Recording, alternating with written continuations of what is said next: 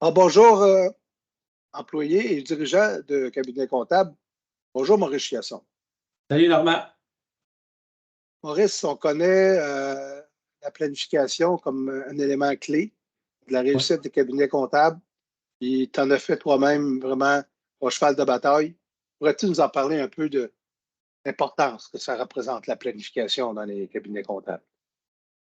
Écoute, c'est le nerf de la guerre, Normand. C'est ce qui est négligé le plus souvent, par manque de temps ou par différentes raisons. Mais la planification, euh, on ne met pas assez d'efforts là-dessus, je te dirais.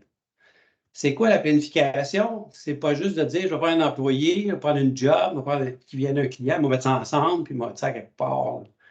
Je te dirais, ça, c'est une genre de planification intuitive, là. On le fait tout parce que comment tu veux donner ta job à quelqu'un si tu ne dis pas?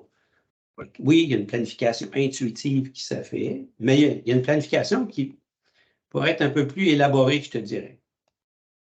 Ça veut dire que, tu sais, vraiment d'avoir un workflow, d'avoir des étapes de planification, dépendamment du type de mandat, parce que les réalités sont différentes. Par exemple, une compilation, tu fais quoi? Tu t'appelles le client avant, tu envoies un courriel. Déjà là, tu as un choix, là.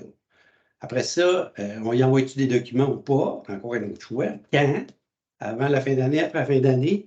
Toutes ces questions-là que je te pose, là, ça mérite d'être écrit et ça devient un standard pour tout le monde. Ce n'est pas chacun qui décide ce qu'il a le goût de faire.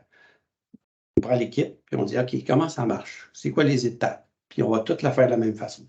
Puis si jamais ça ne marche pas, on va reviser notre façon de voir. C'est tout simple, normalement. Comme ça qu'on progresse dans la vie. Ah, on essaie erreur. Mais non, on essaie de faire quelque chose de bien en partant. Fait qu'une fois que tu planifies, ben, là, tu te dis, OK, j'ai planifié, j'ai envoyé mes lettres, j'ai appelé le client, tout est beau. J'ai mis Esther, qu'est-ce que je fais avec la job, puis elle commence quand? Une autre question à répondre. C'est quand le client me les apporte ou c'est quand je dis au client qu'il les apporte? Encore un autre choix. Si tu dis c'est quand le client me les apporte, comment tu peux planifier un agenda quand c'est laissé au client le soin de rentrer le dossier quand ça le tente? Je vais te prendre un exemple, là. Je fais des pneus l'hiver. Bon, je n'appelle personne. 12 ans, tu commences telle date, 1er novembre, normalement. Ouvre la porte. Excuse-moi, là, j'ai 32 chars en avant de la porte avec les pneus. Là, je fais OK, j'ai juste 2 portes de garage, là. Bon, toi, drop tes pneus ici. Les autres, là, vous reviendrez demain. Et là, demain, tu as encore 35 qui sont à la porte avec les pneus. J'ai 2 portes de garage. Là, c'est le chaos, là. Bon, Oui, tu regardes ton bureau de comptable, tu te dis, OK, tu planifies comment, toi? Ben, moi, c'est un 31 décembre, parfait. Moi, j'attends qu'il rentre parce que je n'ai pas le temps de gérer ça. OK, mais quand il rentre-tu dans le bon temps? As-tu les ressources disponibles quand il rentre? C'est plein d'inconnus. Comment tu peux gérer ça? Impossible. Fait que là, ça fait partie de ton processus. Est-ce que c'est nous qui collons la shot au client pour dire tu vas rentrer le 15 février ou c'est le client qui décide? Si c'est le client qui décide, oublie ça. Tu ne planifies pas. Tu fais une planification intuitive. Si tu vas jusque-là, ça te prend un outil à cette heure. Tu pourras avoir un Excel, pour n'importe quoi. Pas l'outil OK. idéal. En parlant d'outils, je comprends bien, Oui. là, on va définir comment on s'organise pour les différents mandats qu'on va faire au niveau des ressources, puis au niveau des relations, puis des communications clients. Je touche juste certains éléments. Maintenant, si on opte pour faire ces éléments-là, puis on dit, OK, on va renforcer notre planification, comment qu'on va intégrer Planigo? Là? Où est-ce qu'intervient Planigo dans la planification comme telle? Puis comment est-ce qu'il renforce ce processus-là de planification? Planigo, c'est un workflow. Tu as un bloc qui s'appelle la planification, donc tu peux déterminer le nombre d'étapes que tu veux, envoyer des lettres, envoyer des courriels. Fait que tu mets tout ton chemin là, de la planification dans Planigo. C'est Planigo qui va le gérer de façon automatique, si tu veux, à ta place, en l'envoyant dans les agendas du monde, en regroupant les tâches. OK. Les 50 planifications, il va les mettre dans un pool de planification pour surcharger les agendas. Tout a été pensé. Fait que c'est comme ça que ça va gérer normalement avec un workflow sur la planification.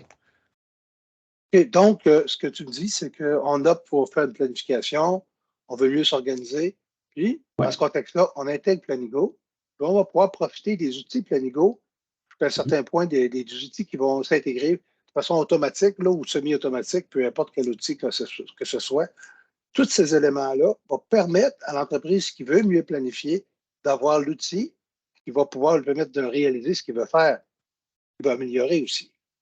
Oui, ben oui, tu sais, ce qu'on a actuellement, on a le workflow automatique, on a des calendriers de production, fait que tu peux déjà les mettre dans des calendriers de production quand tu as une idée quelle date il va rentrer. Tu peux le mettre dans le calendrier, mais dire que c'est une projection, que c'est pas un réel.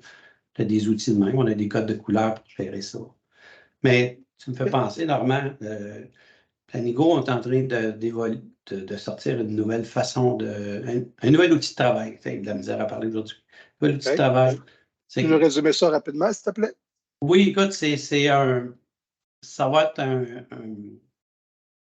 une application qui va te dire, comme moi, là, ça fait 8-9 ans que j'utilise Planigo, fait qu'il pourrait te dire, tel client, il a l'habitude de rentrer son dossier le 15 février. Pourquoi? Parce que Planigo va regarder toutes les dates dans le passé des entrées, puis il va faire une moyenne, puis il va dire, OK, habituellement, ce client-là rentre le 15. Il y en a qui rentrent aux 2 mois, on le sait, puis il y en a qui rentrent à 6 mois. Fait que tu ne peux pas prendre quelqu'un de 6 mois et le ramener à 2 mois. Tu peux essayer, là, mais c'est dans sa nature humaine de rentrer à cette date-là.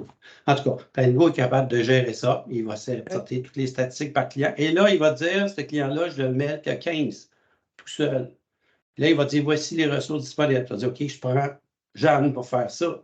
Parfait. Là, il va l'enregistrer. Comme ça, tu vas pouvoir tout mettre tes clients dans un agenda prospectif, qui n'est pas l'agenda réel de travail. Puis il va planifier ça 6 mois, 1 an, 2 ans, comme tu veux. Là. Oh, la période n'a pas d'importance. Puis ce qui va arriver, c'est qu'il va avoir un calendrier d'appel. La secrétaire va appeler le client. Écoute bien, ton dossier du 31 décembre, tu allais planifier le 24 février. Est-ce que tu es prête à le rentrer cette date-là? Si tu rentres le 24, moi, je te dis, je vais le sortir telle date. Et le client dit oui. Bon, ben, à ce moment-là, dès que tu confirmes la date, Planigo part dans l'agenda prospectif. Il va le mettre dans le calendrier de l'employé en disant mandat confirmé par le client, il va rentrer à telle date. Comme ça, tu vas pouvoir te bâtir des calendriers. Puis là, si tu veux mettre j'ai un nouveau client, j'ai-tu du temps pour le 31 août 2024? Planigo va te dire non, tu n'as pas de temps. Ou si tu as du temps, ça va être dans 6 mois avec tel employé disponible. Tu vas pouvoir commencer à remplir les clients selon ta capacité de production. Ah, OK. Donc, il y a un algorithme qui va être installé dans Planigo bientôt qui va aller chercher un peu l'historique de la relation avec les clients, l'historique de livraison des différents projets, qui va en faire un genre de prospection, de modèle de prospection qu'on va pouvoir consulter, qui va faire en partie le travail de planification du gestionnaire, là, s'il y aurait à continuer avec ces projets-là. Puis, il va tenir compte aussi que s'il arrive de nouveaux clients, est-ce qu'on peut les rentrer, comment on peut les rentrer ou on doit les refuser. Donc, il y a quelque chose de nouveau à ce niveau-là qui s'en vient à Planigo. Dans les prochains, dans les prochains mois, je présume.